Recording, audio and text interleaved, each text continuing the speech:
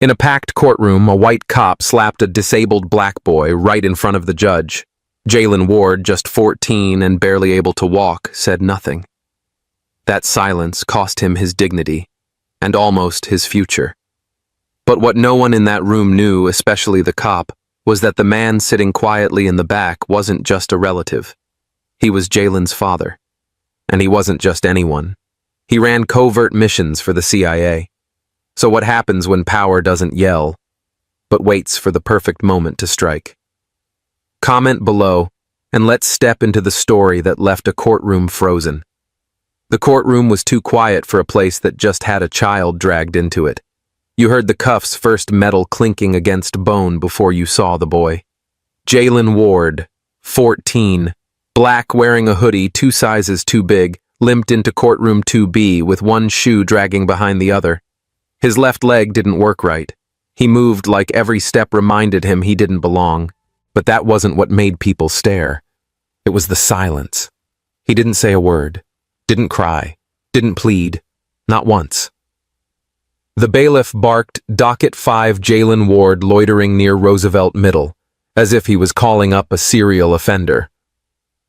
Jaylen looked down at the floor, expression unreadable. The cuffs were too tight for a kid his size. His charge, loitering, near his own school. He'd been sitting outside the gate waiting for his ride. A call came in to 911, suspicious black male near school property. That was enough. Officer Kyle Rourke arrived and cuffed him before asking a single question. Now they were here, and no one in the room looked surprised. Officer Kyle Rourke stood tall, chest-puffed, lips curled in that way men smile when they're too sure they're right. He didn't look at Jaylen. He looked at the judge. Judge Marjorie Harlan, mid-60s, white, clean-cut, polished, sharp around the eyes. Her voice was neutral, but her pauses always landed heavy like warning shots. She scanned the paperwork slowly, then removed her glasses. Loitering, failure to comply, refusal to speak. She looked at Jaylen. "You're 14. Jaylen didn't answer. "Mr. Ward," she said again, slightly sharper this time. "Do you understand where you are?" Still nothing. He shifted his weight. The cuffs clinked. Neil Cooper, the court-appointed attorney, leaned down, forced a smile. "Just answer, yes, ma'am." "Okay, just once." Jaylen didn't move. The judge sighed. "Is he mute?" "No, Your Honor," Neil said, clearly annoyed. "He's just unresponsive." Rourke jumped in louder than he needed to be. "He's been like that the whole time. Didn't say a word when I asked for ID. Just sat there staring. That's why I had to take control of the situation." Darius shifted in his seat in the back row. He was the only one who moved. Darius King listed in court as the boy's guardian, sat silent, hands folded, eyes sharp. Worn denim jacket, boots still muddy. No one paid him much attention. Most assumed he was just another tired uncle. But there was something about the way he watched. Like he was calculating the air between people. Like he knew the room better than it knew itself. Judge Harlan tapped her pen on the desk twice. "Officer Rourke, did he resist?" "No, ma'am. Not physically. Just didn't follow verbal commands. Such as I told him to identify himself. He didn't. I told him to stand. He just sat there. I gave him 3 warnings. And then I restrained him. For safety." A scoff echoed from the back. It wasn't Darius.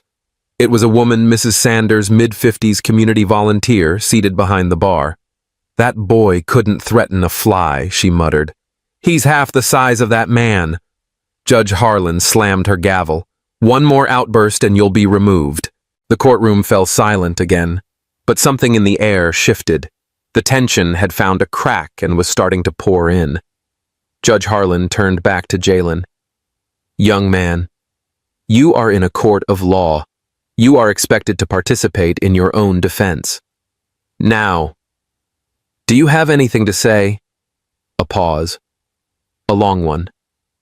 Then Jaylen blinked once, and looked up, not at the judge, but at Rourke.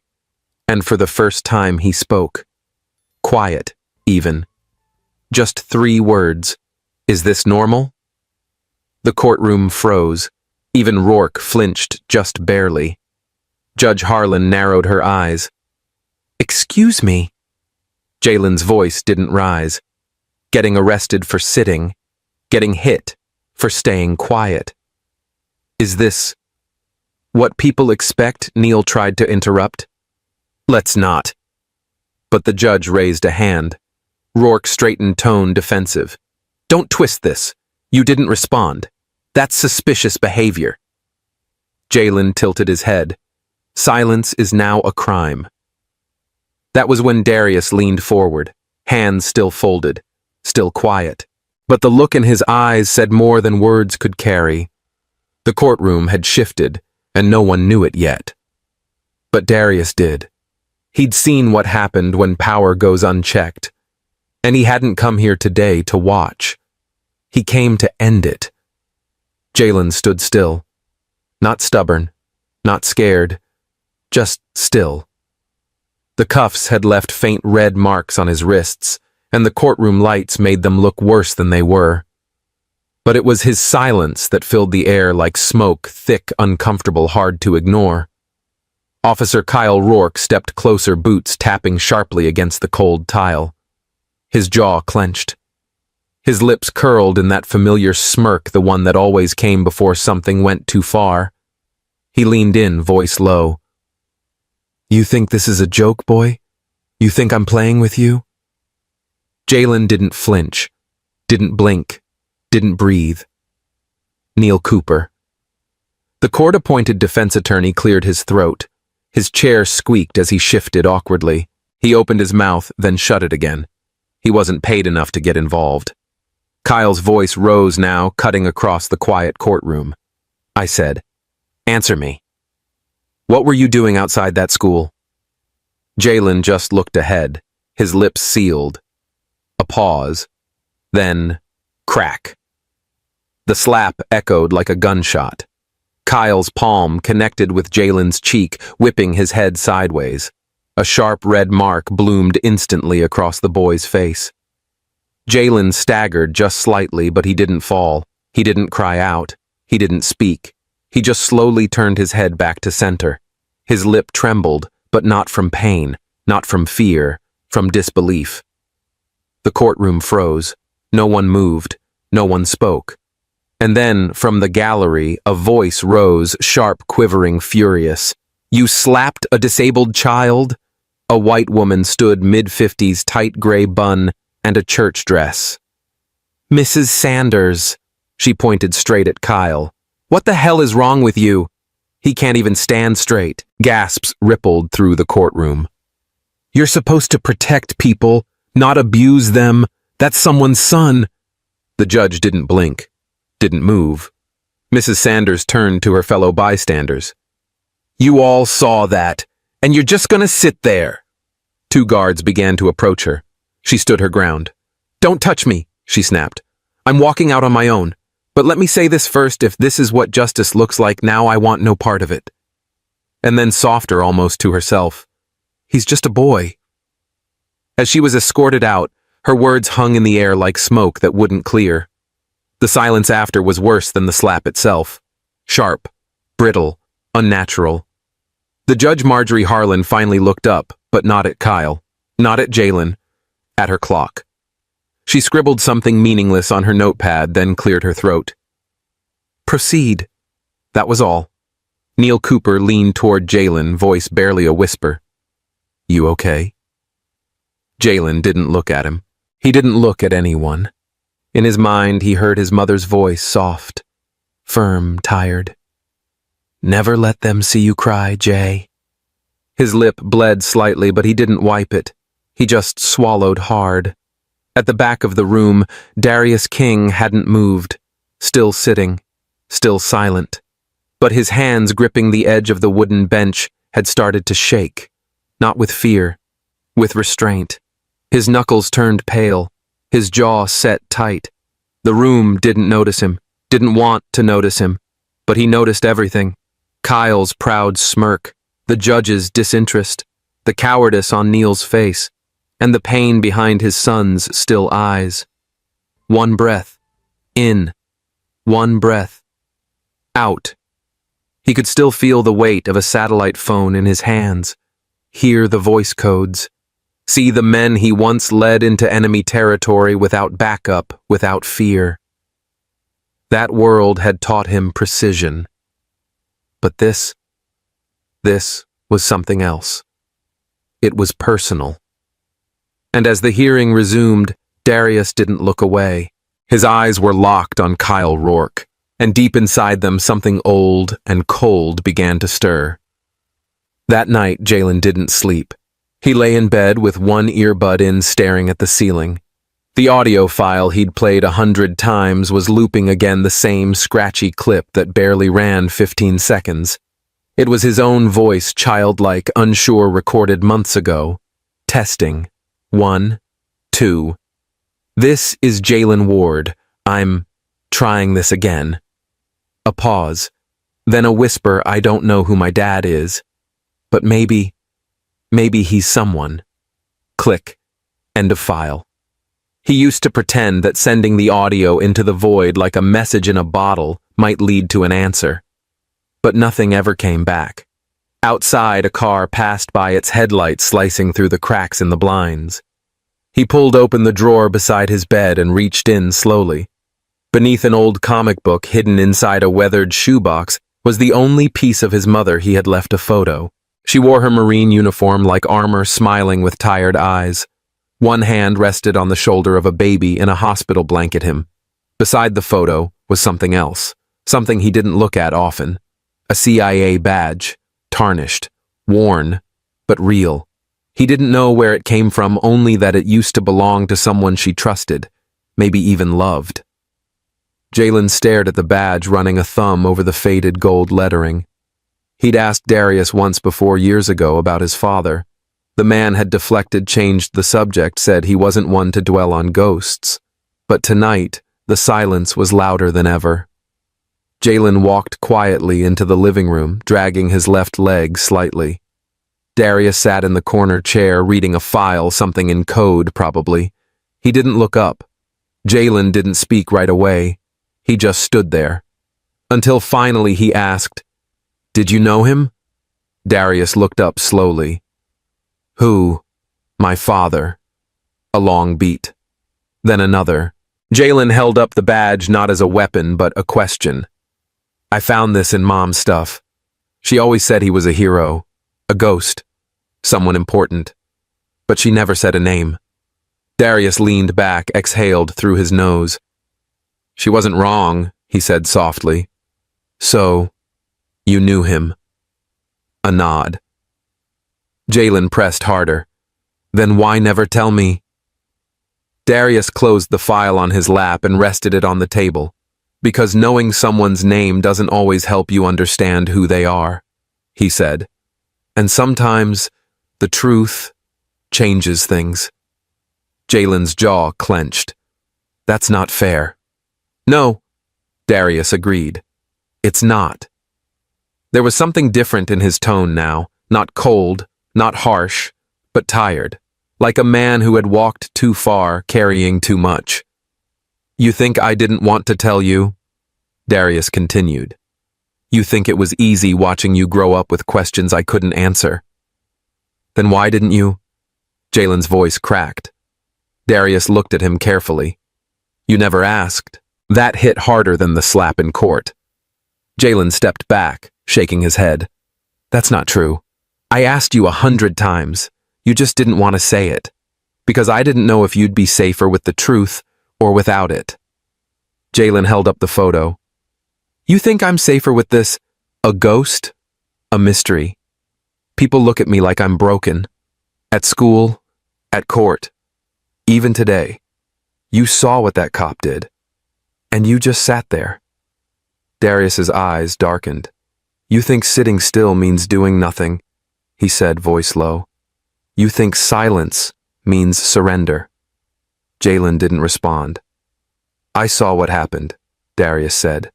"I saw everything.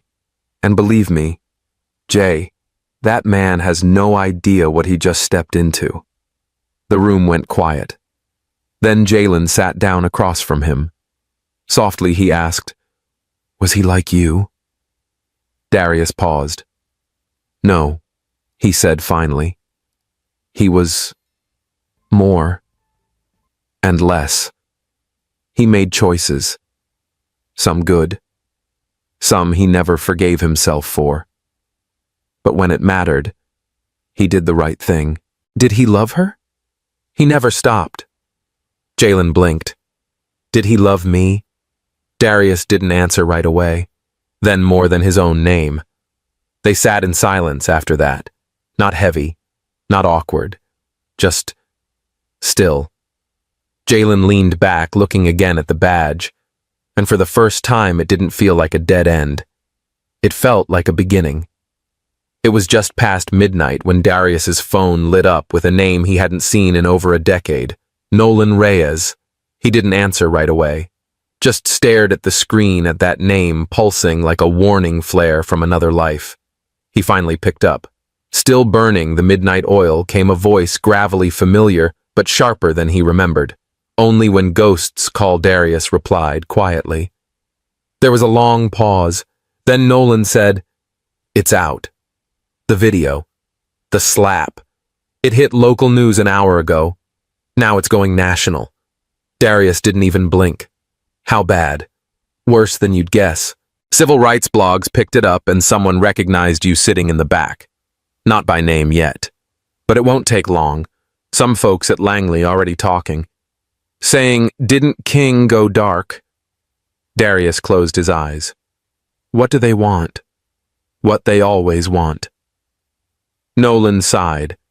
To know if one of their ghosts just came back from the dead. Darius said nothing.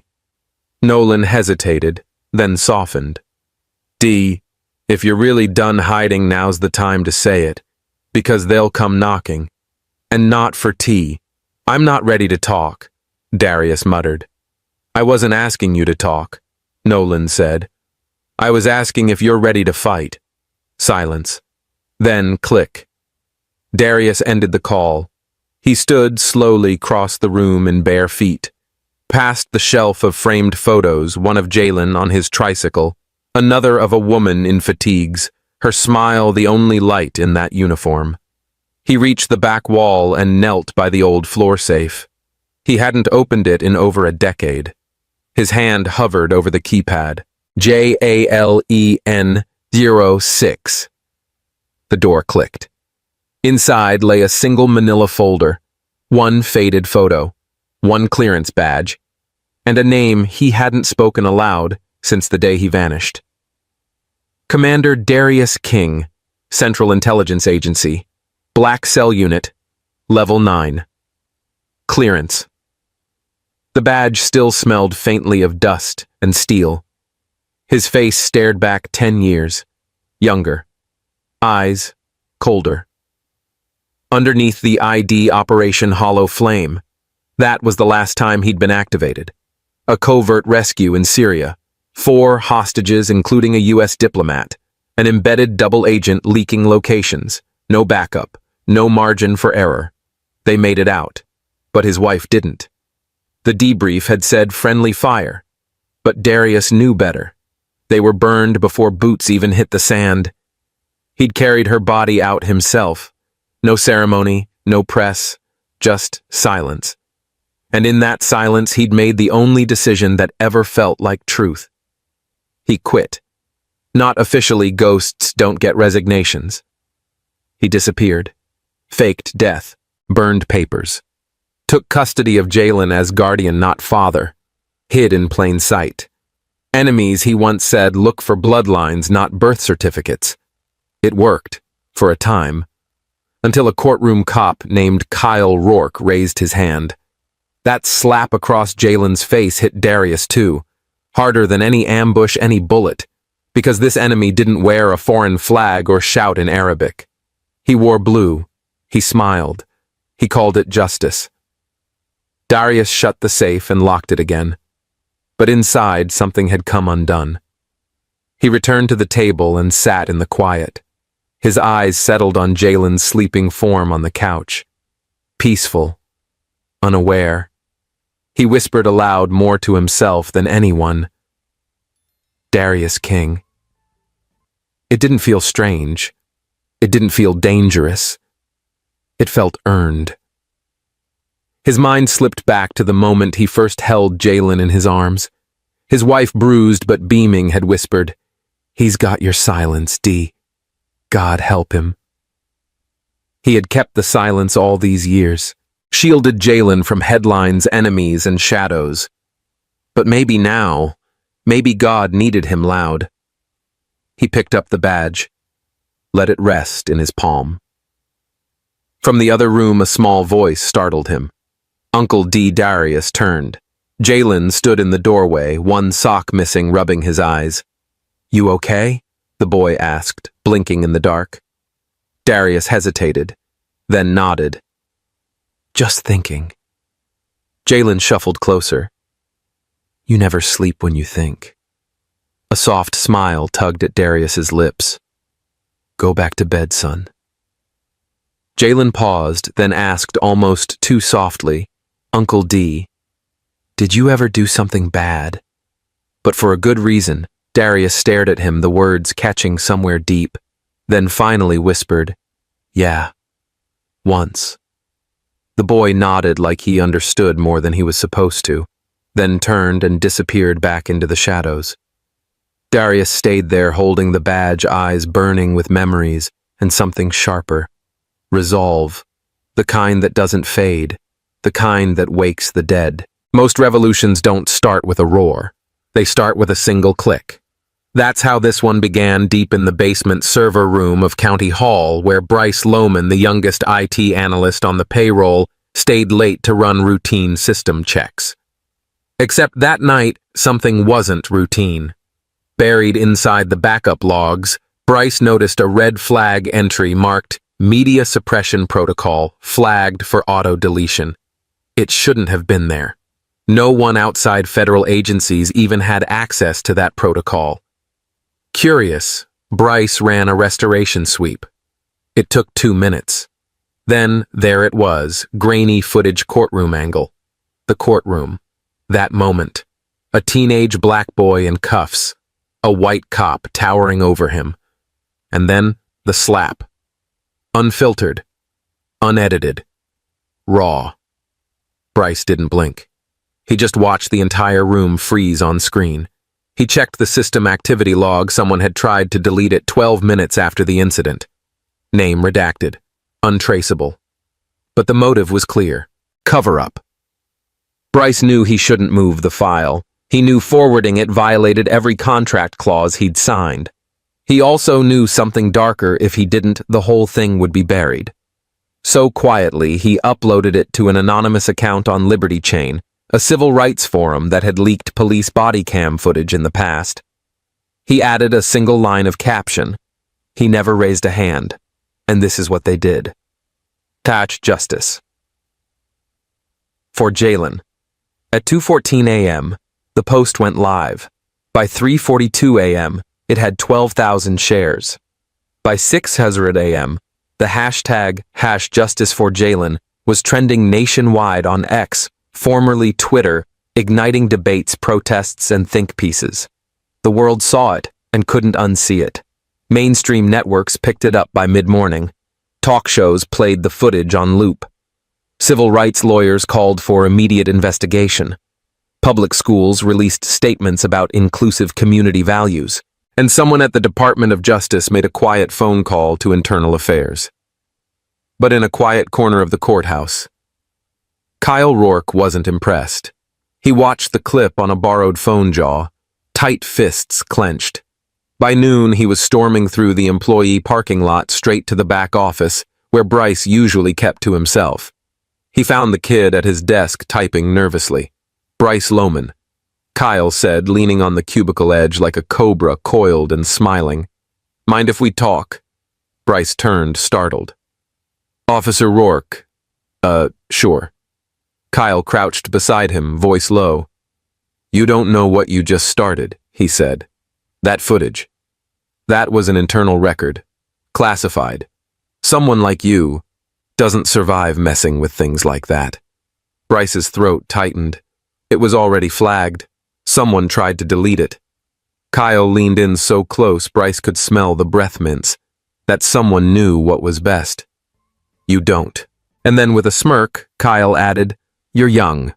Maybe you disappear for a while. Maybe take a sabbatical. Clear your head. Out of state. Somewhere far. Bryce froze. Kyle straightened. Or, we'll help you disappear. One way or another. Then he walked away. The next morning, Bryce Lohman was gone. No resignation. No phone call. Just an empty apartment mailbox overflowing, and a neighbor who swore he saw Bryce packing bags at 3 a.m., like someone was chasing him. Official word, personal leave. Unofficial. They silenced him, but what Kyle didn't know, what nobody expected, was that Bryce had left behind a backup. Not just the video, but everything. System logs, IP traces, deleted records, names. He uploaded the entire log set to a secure cloud node connected to an encrypted Watchdog server, one with only a few approved recipients. One of those was tagged D-King former asset, internal clearance authorized. That ping reached Darius within the hour. When he opened the file, his breath caught. It wasn't just a courtroom slap anymore. It was evidence. It was systemic. It was rot. And now it was traceable. He read the metadata, clear indicators the footage had been intentionally buried by someone with access credentials far above Kyle's rank. Someone inside the judiciary, or worse, the district office. Darius didn't waste time. He zipped the entire folder, added his own encrypted signature, and pushed it directly to the Internal Affairs investigation portal, the one that bypassed local routing, the one that didn't ask questions until after things blew up. Then he sat back, heart pounding, hands cold. The system was starting to crack, not because of noise, but because someone dared to listen. The courtroom was colder that morning, not from the weather, but from something unspoken in the air. A tension that clung to every breath. Kyle Rourke sat with a look of confidence that bordered on arrogance, his uniform crisp boots polished like mirrors. If he was worried about the video, he didn't show it. Your Honor, he began smoothly. The boy, Jaylen Ward, was uncooperative. He refused verbal commands. Based on prior reports and his history of loitering and aggression, Darius didn't move. He sat one row behind Jaylen, still, the guardian, still the quiet shadow. Kyle continued, voice rising. He has a record of resisting being combative. Officers in this department have filed complaints before. That's a lie, a voice interrupted. All eyes turned to the defense table. Neil Cooper had barely spoken all morning, but now the public defender leaned forward, his voice steadier than it had been in any prior hearing. What's that? Counselor Harlan asked, arching an eyebrow. Cooper held up a sheet of paper freshly printed. We've reviewed the juvenile records. Jaylen has 0 prior incidents. In fact, the only thing on file is perfect school attendance before the accident that injured his leg. A hush. Kyle's smile twitched, his eyes narrowing. He was a threat. Cooper didn't flinch. A threat. He's 14. Disabled. Sitting alone near a school he once attended. That's not a threat, officer. That's a child. Judge Harlan held up a hand. Let's keep this orderly. But Darius stood. He didn't raise his voice. He didn't need to. I'd like the court to examine Exhibit C, he said calmly, placing a folder in Cooper's hand. It's an internal affairs document from another jurisdiction. It concerns Officer Rourke. Judge Harlan hesitated, then nodded. Let's see it. Cooper opened it, then froze. Inside was a report Officer Kyle Rourke, suspended 2 years ago in New Mexico. Excessive force against a Hispanic teenager. The boy had a broken wrist. Charges were dropped after the family moved states. No formal conviction, but the department had strongly recommended termination. This wasn't disclosed in his employment here, Cooper muttered. Kyle turned pale. This court was unaware of this record. Judge Harlan said, her voice quieter now. Her fingers gripped the bench knuckles, whitening. "Officer Rourke, is this true?" Kyle tried to recover. It was investigated. The kid had a knife. The knife was a butter knife from his lunch tray, Darius said flatly. "How do you know that?" Kyle snapped. Darius met his eyes for the first time. "I read the report. Thoroughly." A longer silence fell. In the back of the room, the clerk shuffled papers nervously. "I'm calling a 30-minute recess," Judge Harlan said. "We'll reconvene to discuss whether this new information warrants a reassessment of Officer Rourke's testimony." Her voice trembled slightly as she banged the gavel. As the room emptied, Cooper looked at Darius. "Where did you get that file?" Darius didn't answer. He simply walked past Kyle, close enough to whisper. "You think you're still safe behind that badge," he said softly. "But you have no idea who you just dragged into this room." Kyle turned to watch him leave, jaw tight. But something in his eyes shifted for the first time. The confidence cracked. At the bench, Harlan remained seated long after the room cleared. Her hand trembled slightly as she reread the report. Somewhere in the back of her mind, a thought itched. Who is this man? And more importantly, what else is he holding back? The courtroom had settled into a strained kind of quiet, the kind that comes after too many truths have been laid bare, but no one knows what to do with them. Everyone waited for the next move, the next voice. It was Judge Harlan who finally broke the stillness. "Jalen," she said gently, her tone softer than anyone had ever heard it. "If you'd like, you can speak. The court is listening." Jalen blinked. At first he didn't move. His hands were clenched around the hem of his jacket, his leg trembling beneath him, not from fear but from the strain of standing with a brace too tight and old. He looked back at Darius. Just a quiet nod. Nothing more. Then slowly, painfully, Jalen stood and limped toward the witness stand. Each step echoed. When he reached the front, the bailiff instinctively moved to help him up onto the platform. Jalen refused with a soft shake of the head. He gripped the edge and pulled himself up. The room held its breath. His voice, when it came, was barely above a whisper. But it was there. "I'm not mute," he said. "I just stopped trying." No one moved. "I used to talk a lot. I used to raise my hand in class. I had things to say." His voice cracked. He steadied it. "But every time I spoke, someone talked over me, or laughed, or told me I was wrong, or stared at my leg like that's all I am." A pause. "Then I'm not stupid. I see it. The way people look when they think someone doesn't matter." He looked straight at Kyle. "You thought I didn't matter." Kyle shifted in his seat. "Truth is, I didn't say anything that day." Jalen continued because I knew it wouldn't make a difference. Not to you. Not to the people who look at me and see a problem instead of a person. His gaze swept the room, resting last on the judge. "I didn't speak," he said, voice rising just slightly, "because no one ever listens. And I'm tired of screaming inside."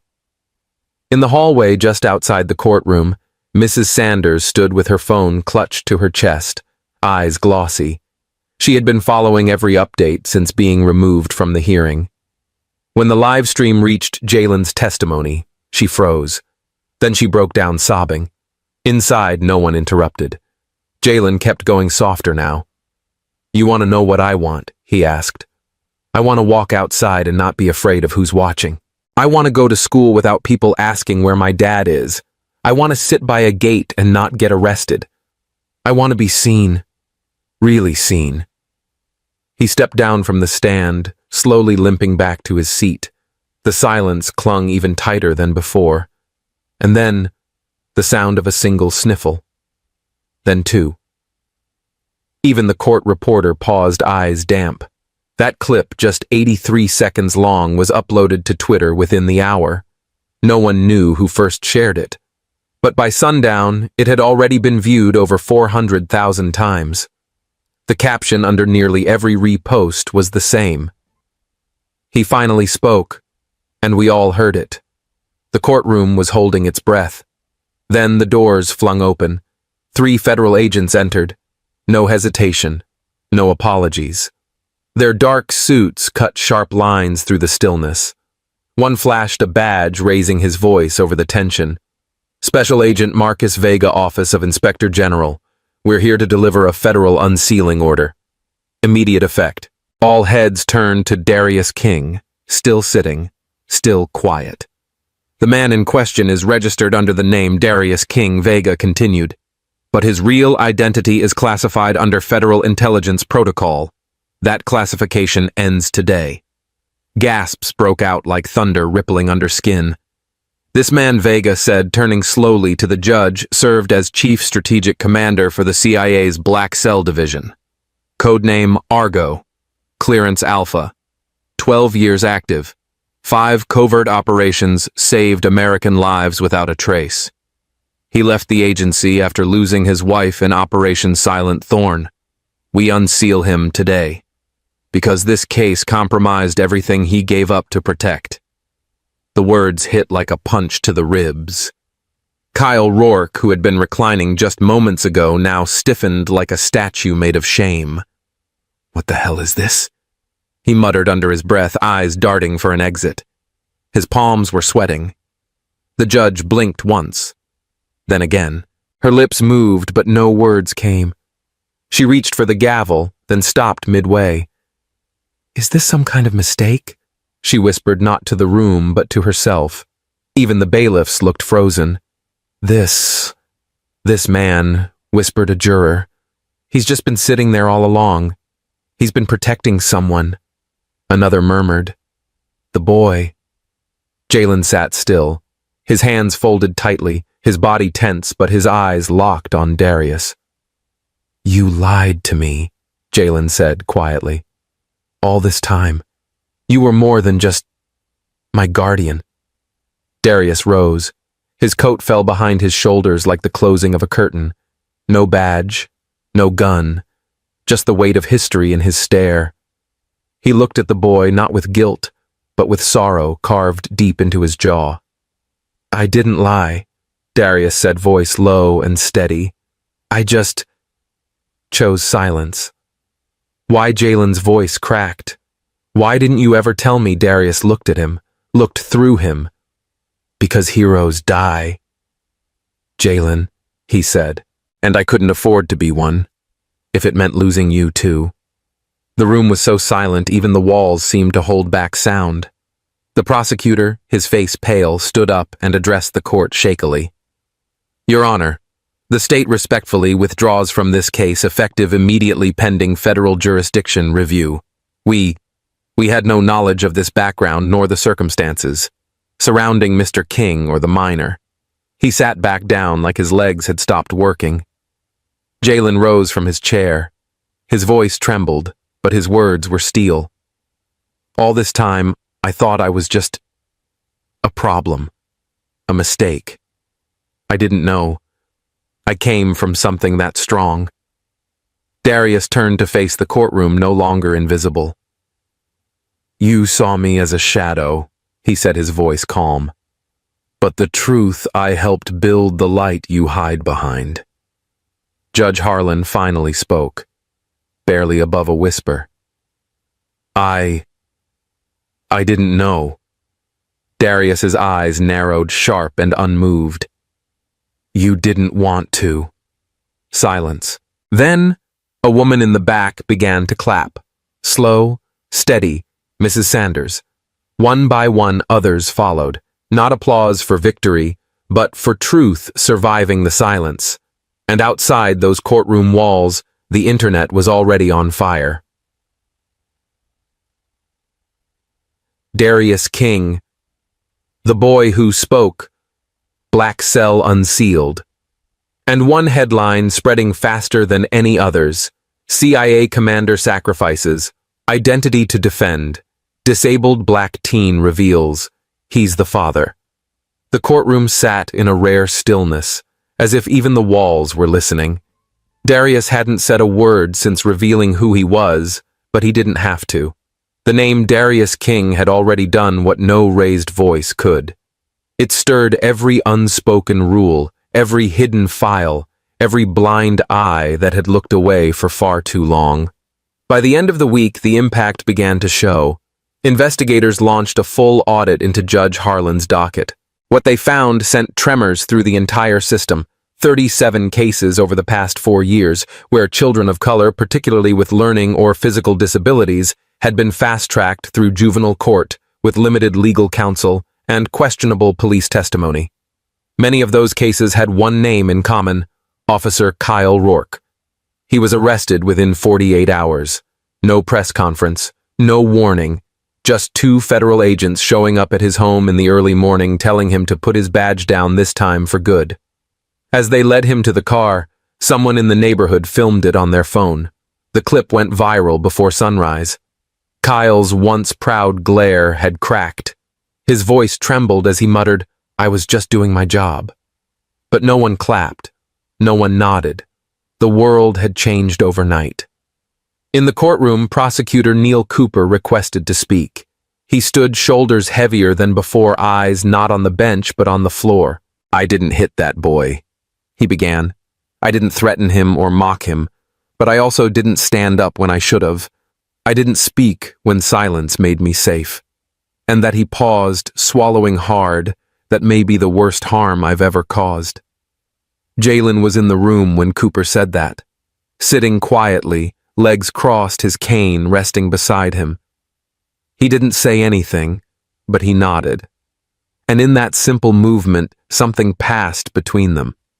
Not forgiveness, but maybe the start of understanding. Outside the courthouse, crowds gathered every day. Some held up signs, "Silence isn't neutral." He spoke for all of us. And many simply said, "Justice for Jalen." But Darius, he stayed away from the spotlight. The CIA sent 2 high-ranking officials requesting a private conversation. They offered full reinstatement clearance upgrades and even a custom role within the agency's internal ethics review unit. He listened, then shook his head. "I'm not here to clean their house anymore," he said. "I'm here to build one for my son." He left the meeting without a second glance. Not because he didn't care, but because his war had changed. The battlefield wasn't Syria or Berlin anymore, it was a school hallway, a courtroom. A boy's silence mistaken for weakness. That silence, though, had started something bigger than anyone expected. 2 weeks later, a statewide bill called Jalen's Act was introduced and passed in record time. The bill protected the rights of children with developmental delays and physical disabilities in court. It required a specially trained advocate be present for every minor with diagnosed impairments and mandated all courtroom proceedings involving such children be recorded, reviewed, and audited annually. At the signing ceremony, Jalen stood with his hand in Darius's. His voice had grown stronger, not louder, but firmer. He read aloud the first lines of the act to a room of lawmakers and families. "Every child deserves to be heard, even if they don't speak like you, even if they're afraid to speak at all." There wasn't a dry eye in the room. Even Mrs. Sanders, who had been dragged out of court weeks before for standing up, was invited. She held Jalen's other hand. "You gave me back my faith," she whispered. "Not in the system, in people." As for Kyle, he sat in a prison cell awaiting trial, not just for Jalen's case, but for multiple counts of misconduct, false reporting, and child endangerment. Some of his former partners turned witnesses. Others resigned quietly. No one defended him anymore.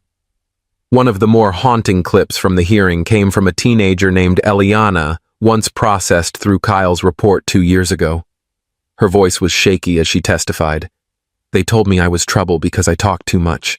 They said kids like me didn't deserve chances." Then she looked over at Jalen. "But he didn't say a word, and they still tried to bury him." That line played on national news for days, but perhaps the most powerful image was captured a week later.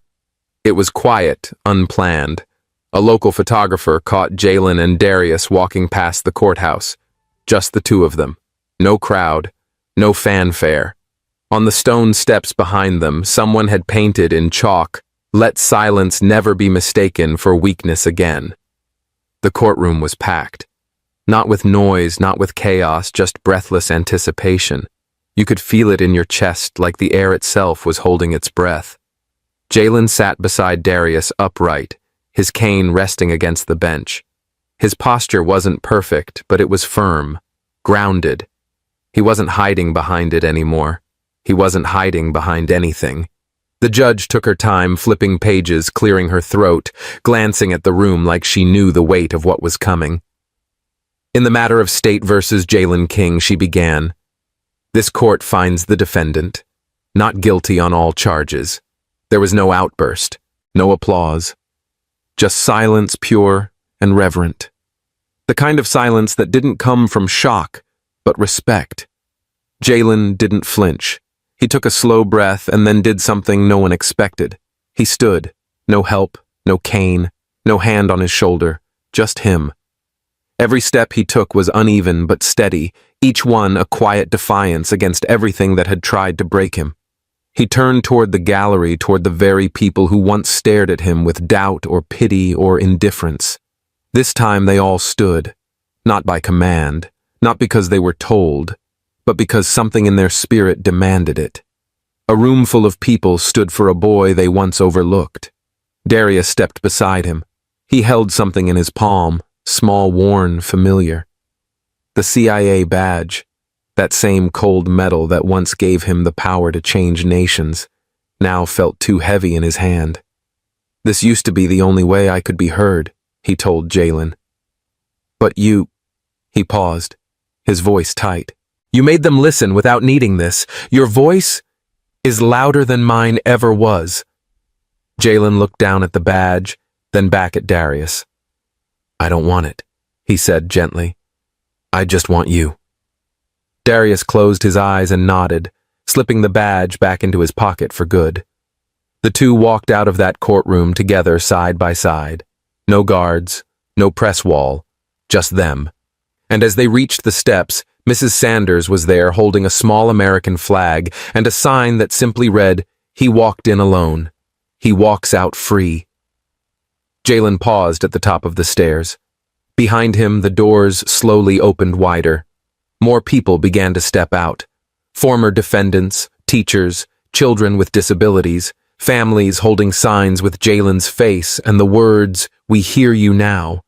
Cameras clicked, but he didn't flinch. He didn't smile either. He just nodded, like he understood this moment was bigger than him. In the weeks that followed, news networks ran retrospectives. Commentators called him the boy who taught a nation to listen. Schools started naming classrooms and learning centers after him. But Jalen never gave interviews, never wrote a book, never took the stage. He had nothing left to prove. Instead, he returned to his small routines, going back to school therapy, late-night chess matches with Darius on the back porch. Sometimes people still asked Darius if he missed the old life, the missions, the adrenaline, the clearance codes. He always gave the same answer. "I live for the mission now, but it looks like breakfast at 6 and bedtime stories at 9. One afternoon, months later, Darius found Jalen in the garage fixing the old wheelchair they used to take to court. It had been rusting in the corner. "You planning on using that again?" he asked with a smile. Jalen shook his head. "Nah, just wanted to clean it up." Then he paused. "Someone else might need it, but not like I did. Not because they were forced to." Darius didn't say anything, just watched him, hands dusty, focused, quiet. The boy who used to hide in his own silence now stood comfortably inside it. And the world. It never quite went back to the way it was. Because when a courtroom full of people stands for a boy once ignored something, in the foundation changes. Not all at once, but permanently. Somewhere a teacher thinks twice before labeling a child difficult. A cop pauses before raising his voice. A judge looks deeper before reaching for the gavel. And in a country that often listens only to the loudest, One boy's silence became the sound that echoed the longest. And that was the story of a boy who didn't need to shout to be heard, because sometimes silence speaks louder than anything. This story isn't just about Jalen. It's about every child who's ever been overlooked, every parent who chose love over legacy, and every system that needs to be reminded justice doesn't whisper, it demands to be heard. If this story moved you, inspired you, or made you pause even for a moment, please give it a thumbs up. Share it with someone who needs to hear it. And don't forget to hit subscribe so you never miss another powerful moment like this. You're watching Mr. Max Stories, where we bring you true feeling stories that speak truth even when no one else will. Your support, your likes, shares, and comments, they matter. They're what keeps our creative team pushing forward, crafting stories that don't just entertain, but resonate. So thank you for being here, for listening, and for believing in stories that matter. Until next time, keep your ears open and your heart even more so.